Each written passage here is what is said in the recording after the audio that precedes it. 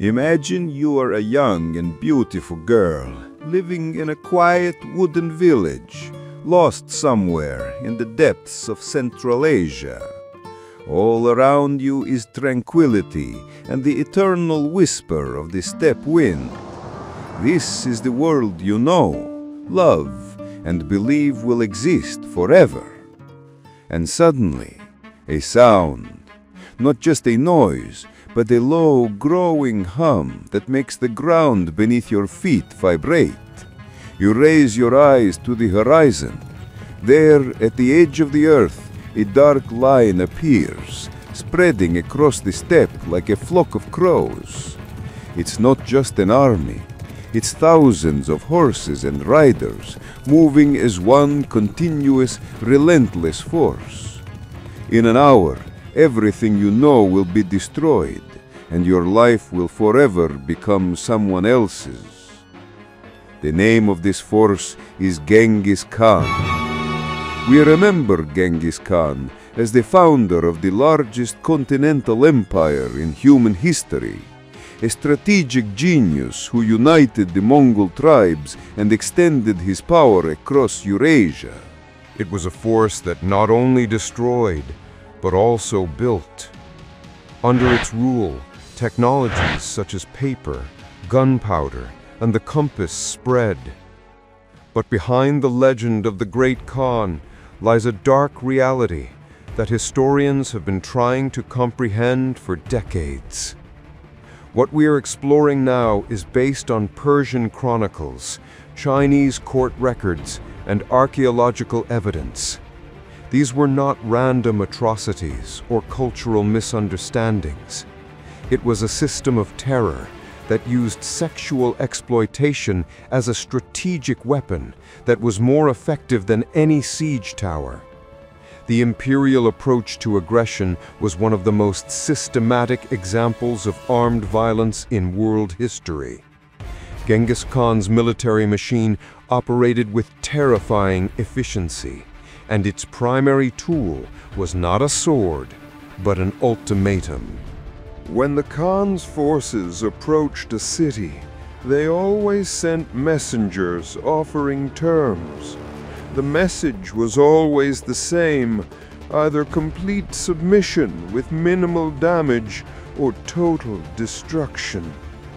However, their total destruction went far beyond mere extermination. It involved the systematic annihilation of bloodlines, the forced mixing of populations, and the creation of hybrid generations that would serve the empire for decades. The fear of this alternative, a fate that many considered worse than death, forced entire cities to surrender without resistance. The terror associated with systematic reproductive control followed the Mongol armies for hundreds of kilometers. The scale of this violence is so great that it has left its mark on the global ecology. The mass depopulation of vast regions in Asia and Europe caused by the conquests resulted in millions of hectares of former arable land returning to forests. Genghis Khan's conquering machine didn't just take over territories, it rewrote the genetic code of the conquered peoples. Genetic studies are astonishing. Nearly 16 million living men today carry Y chromosome markers directly linked to Genghis Khan and his closest relatives. This is about 1 in every 200 men on Earth sharing genetic material with the same family that lived 8 centuries ago. This level of genetic spread doesn't happen through normal reproduction. It was the result of social selection dictated by power and wealth. Imperial power guaranteed the elite, Genghis Khan himself, his sons, and key commanders, almost unlimited access to thousands of captured women. This is where the most frightening part begins. Women and children were not just random military spoils.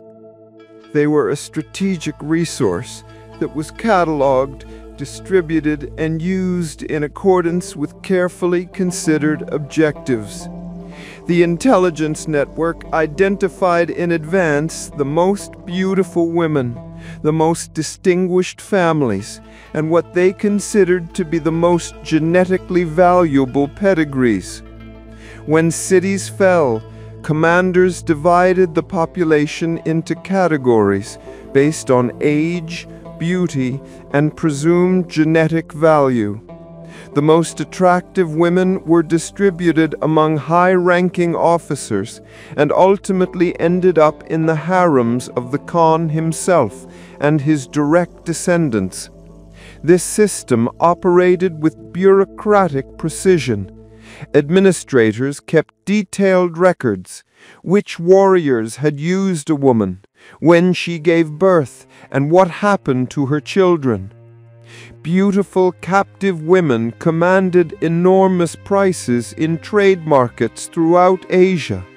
One attractive young woman could be worth more than a dozen horses.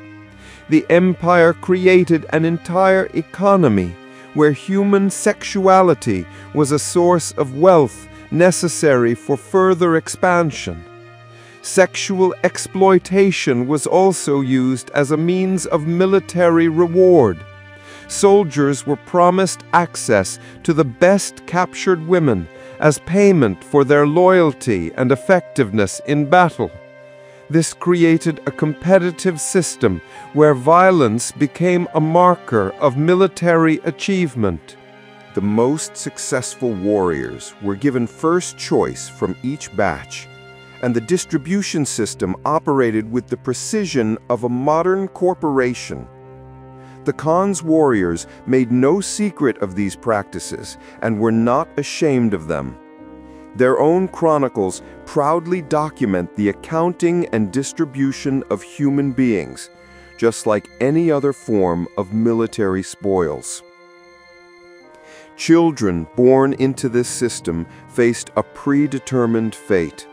They were forbidden from maintaining ties to their former lives, families, and cultures. Those who displayed Turkic or Mongolian traits were often integrated into the military or administrative hierarchy, creating a loyal hybrid elite. The rest could be sold into slavery or used as diplomatic gifts. This systematic reproductive exploitation destroyed natural human bonds and left a deep, lasting scar. The scale of the operation, by conservative estimates, encompassed millions of women. The history of Genghis Khan's empire is not only a story of building the greatest state, but also of how human sexuality was turned into a highly effective weapon of conquest and demographic engineering. The legacy of this weapon remains invisible but palpable in the 16 million men alive today. Confronting this historical truth, however uncomfortable, allows us to understand how legalized terror can leave a mark that survives centuries and cultures.